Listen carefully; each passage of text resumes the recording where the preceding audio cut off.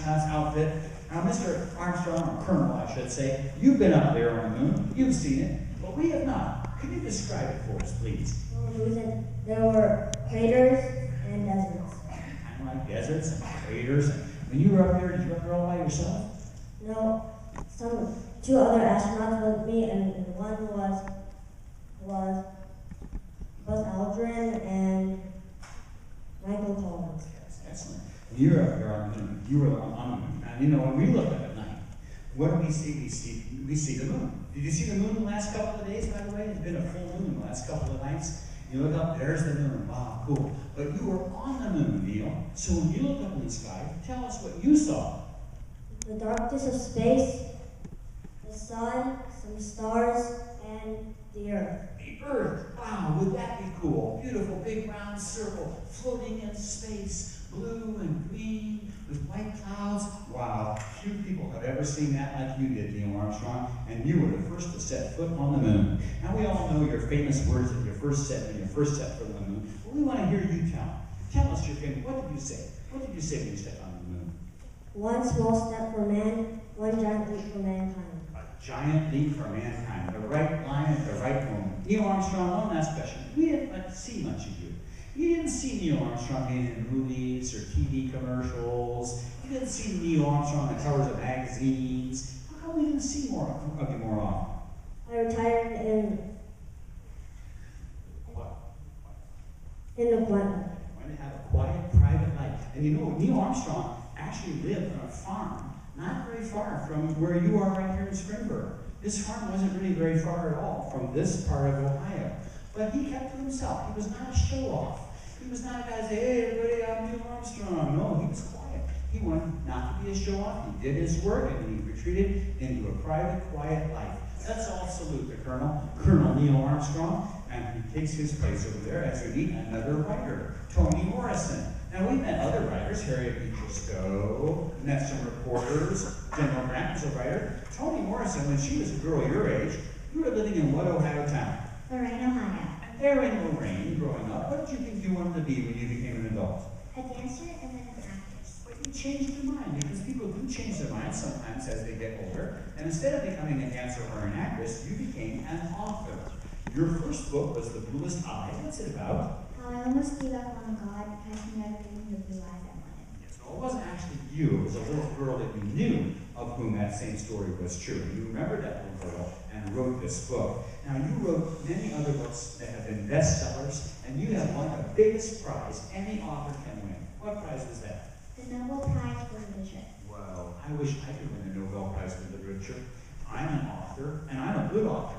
But it's like in sports. You know, there can be lots of good players. There can be lots of good players, but only a few great ones. It's the same with authors. There can be lots of good authors like me, but only a few great ones like Toni Morrison. What was special about you winning the Nobel Prize? I was the first African American. Well, Ohio is proud of you. Keep on writing great books, Toni Morrison, and please be seated.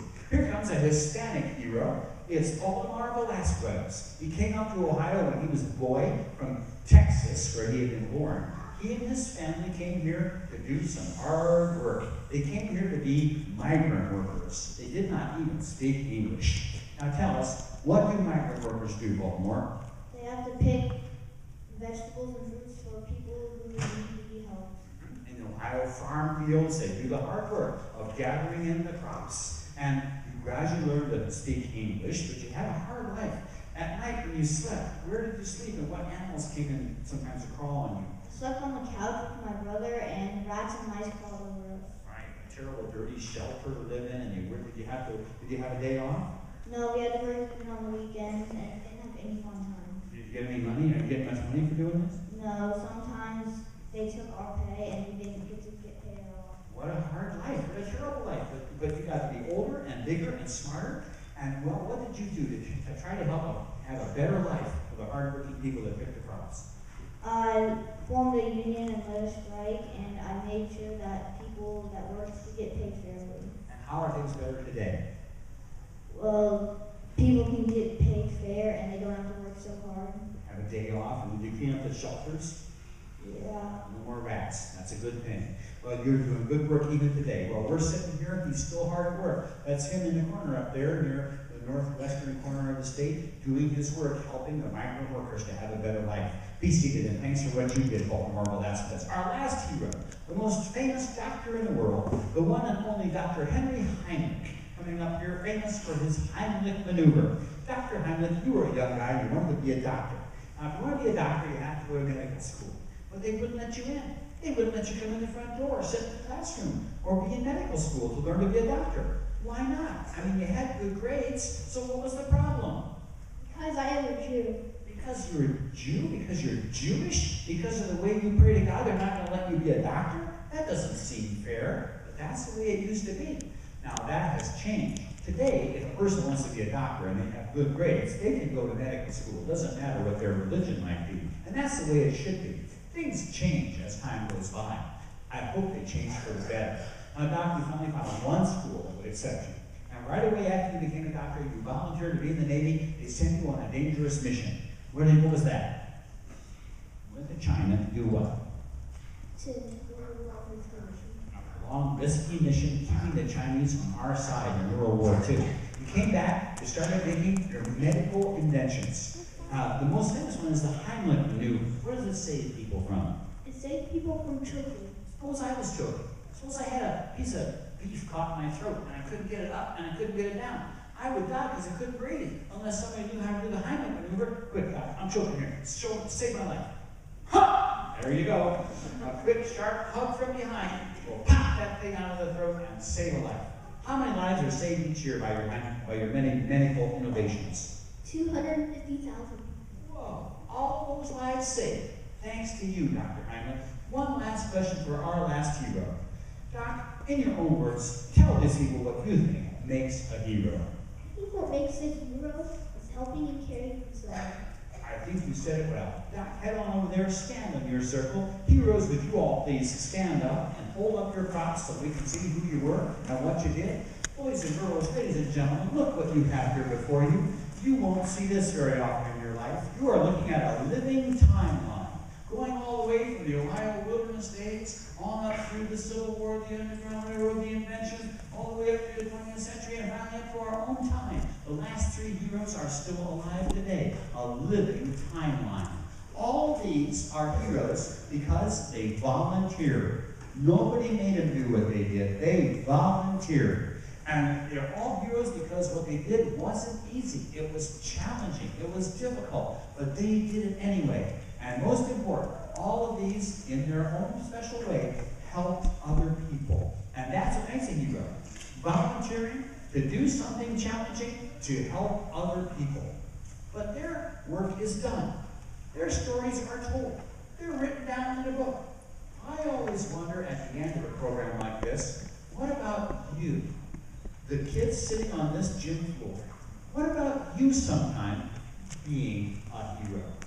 If you will sometime volunteer to do something challenging, to help out another person, then you also will be a hero. And because you are from our great state, you'll be what Rick Sowash calls a hero of Ohio. And that brings me back to my song. I'll sing the song for you one last time, and we'll clap hands. Go ahead. We'll clap hands for the heroes of Ohio. Push the button, Maestro. There we go.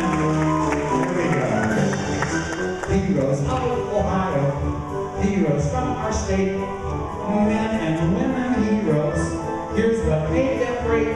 What they did wasn't easy, but they had the guts to try. They helped other people, and now I'll tell you why. Because they were heroes of Ohio, heroes from our state, men and women heroes. Here's what made them great. What they did wasn't easy, but they had the guts to try. They helped other people. One last time I'll tell you why. Because they were heroes of Ohio. Clap your hands now for the heroes of Ohio. Take a bow, heroes. Take a bow. Good work. Thank you very much. Now, and look behind the mustaches, the beards, the hats, the costumes. You know these are not the real heroes of Ohio. These are kids from your school. But think what they did. What they did wasn't easy. They had to learn a lot of stuff. Some of them were nervous getting up here in front of all of you, but they did it anyway. And what they did helped people, because they helped me, helped you to know more about Ohio, to know more about how history tells how things change, and to know more about what makes a hero. This time, clap again, but not for the heroes of Ohio. Clap your hands for the heroes of Minds in Motion. Clap your hands for the heroes of Minds in Motion. Good work, yes. Good work. But you know, not even the best kids could do something like this by themselves. They had some outstanding help and support and instruction. There's a whole other kind of hero around here that we have not mentioned yet. Heroes are teachers. Teachers are heroes. I want us all to clap hands for the teachers that make this a great school. Thank you, teachers. We appreciate you. Well, our show is almost over. In a little bit, you'll be heading out to different things, different places. If you are a kid in the audience, please stay seated until your teacher tells your class to get up and follow. We don't all want to go charge down here at once, that'd be a mess. So you wait until your teacher tells you.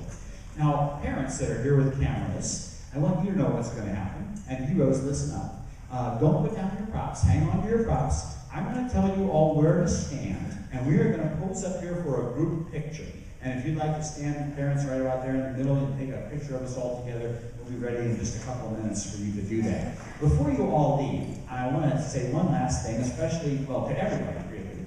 I would like to invite you all to read my books. You would like them.